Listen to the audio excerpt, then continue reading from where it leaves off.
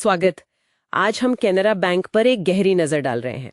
हमारे सामने ना बैंक के इतिहास, हाल की पहलों, नेटवर्क विस्तार और वित्तीय स्थिति, इन सब पर काफी जानकारी है।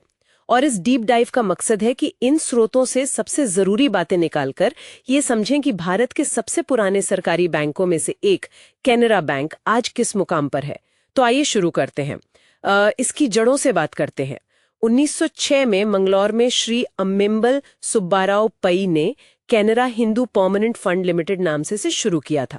और दिलचस्प ये है कि ये सिर्फ एक बैंक नहीं था, इसका एक परोपकारी मिशन भी था, समाज के कमजोर वर्गों की मदद करना। फिर 1910 में नाम बदला, कैनरा बैंक लिमिटेड हो गया। हाँ बिल्कुल। और इस लंबी यात्रा में ना दो बहुत बड़े पड़ाव आए हैं। एक तो 1969 में जब इसका राष्ट्रीयकरण हुआ। हाँ, वो तो अहम था ही। और दूसरा जो हाल ही में हुआ 1 अप्रैल 2020 को, सिंडिकेट बैंक का इसमें विलय। हाँ, वो विलय। ये विलय बहुत ही महत्वपूर्ण था क्योंकि इसने बैंक का साइज, उसकी पहुंच, बैलेंस शीट, सब कुछ रातों रात काफी बड़ा कर दिया। सही कहा। और विलय का असर इसके नेटवर्क पर तो साफ दिखता है। जून 2025 तक के आंकड़े अगर देखें तो बैंक की 9,861 शाखाएं, 7,900 एटीएम और लगभग 3,000 कैश रिसाइकलिंग मशीनें थीं। ये तो बहुत बड़ा नंबर है। हाँ, ये 2020 के विलय के बाद से करीब 50% की बढ़ोतरी है। मुख्यालय तो बेंगलुरु में है ही, और लंदन, न्यूयॉर्क, दुबई जैसे बड़े अंतर्राष्ट्रीय शहरों में भी इनकी मौजूदगी है। देखिए, इस विस्तार का एक अहम पहलू ये भी है कि ये सिर्फ ब्रांच गिनना नहीं है। इतना बड़ा नेटवर्क मतलब बाजार में ज्यादा मजबूत पकड़, कंपटीशन करने की बेहतर क्षमता, खासकर जो दूसरे बड़े बैंक हैं उनके मुकाबले। हाँ बिल्कुल। और इतने बड़े बैंक को चलाने के लिए जाहिर एक मजबूत लीडरशिप चाहिए होती है। तो उस मोर्चे पर देखें तो Shri Vijay श्रीरंगन non executive chairman है, और श्री के सत्यनारायण राजू वो एमडी और सीईओ है। अच्छा। और बोर्ड में सरकार और आरबीआई के नॉमिनी डायरेक्टर भी हैं, जैसे श्री रोहित पी दास। ये जो आपने बताया कि चेयरमैन और एमडी सीईओ के पद अलग अलग हैं, हाँ, ये कॉर्पोरेट गवर्नेंस के लिहाज से अच्छा माना जाता है। Separation of powers. सही। और बोर्ड में आरबीआई के प्रतिनिधि का होना, ये भी एक तरह से नियामक निगरानी और विश्वसनीयता सुनिश्चित करता है। पब्लिक सेक्टर बैंक के लिए तो ये बहुत जरूरी है। बिल्कुल।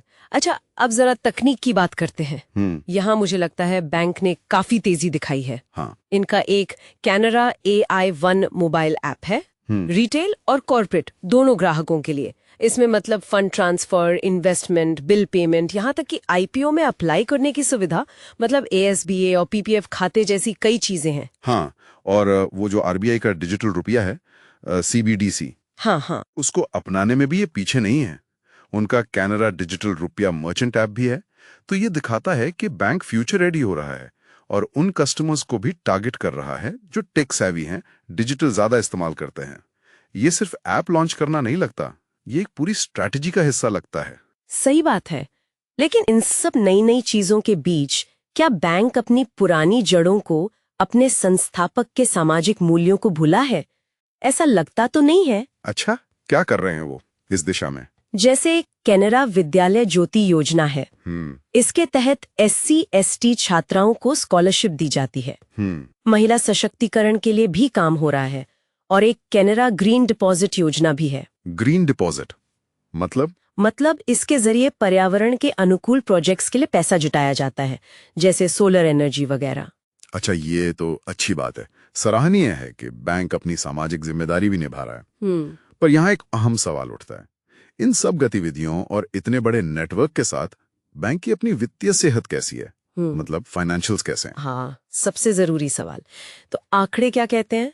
अच्छी खबर यह है कि बैंक की जो गैर निष्पादित परिसंपत्तियां हैं, NPA, बैड लोन्स, हाँ, उनमें लगातार कमी आई है। देखिए, दिसंबर 2022 में ग्रॉस NPA 5.89% था, जो जून 2025 तक घटकर सिर्फ 2.69% रह गया। अरे वाह, ये तो काफी तेज गिरावट है। हाँ, और नेट NPA भी जो 1.96% था, वो घटकर सिर्फ 0.63% रह गया। सिर्फ 0.63%, ये तो बहुत ही अच्छा स्तर है, खासकर विलय के बाद जो चुनौतियां आती हैं उनको देखते हुए। इसका सीधा मतलब है कि बैंक की लोन रिकवरी बेहतर हुई है, और शायद रिस्क मैनेजमेंट भी पहले से ज्यादा सख्त हुआ है।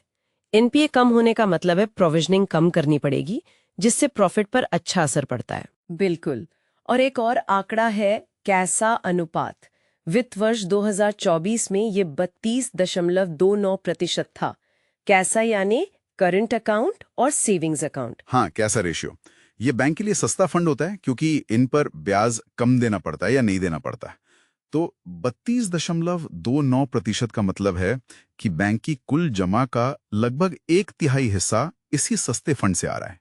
ये बैंक के प्रॉफिटेबिलिटी के लिए अच्छा है। सही। हालांकि कई बड़े प्राइवेट बैंक हैं जिनका कैसा रेशियो इससे भी बेहतर होता है, तो यहाँ शायद थोड़ी और गुंजाइश हो सकती है सुधार की।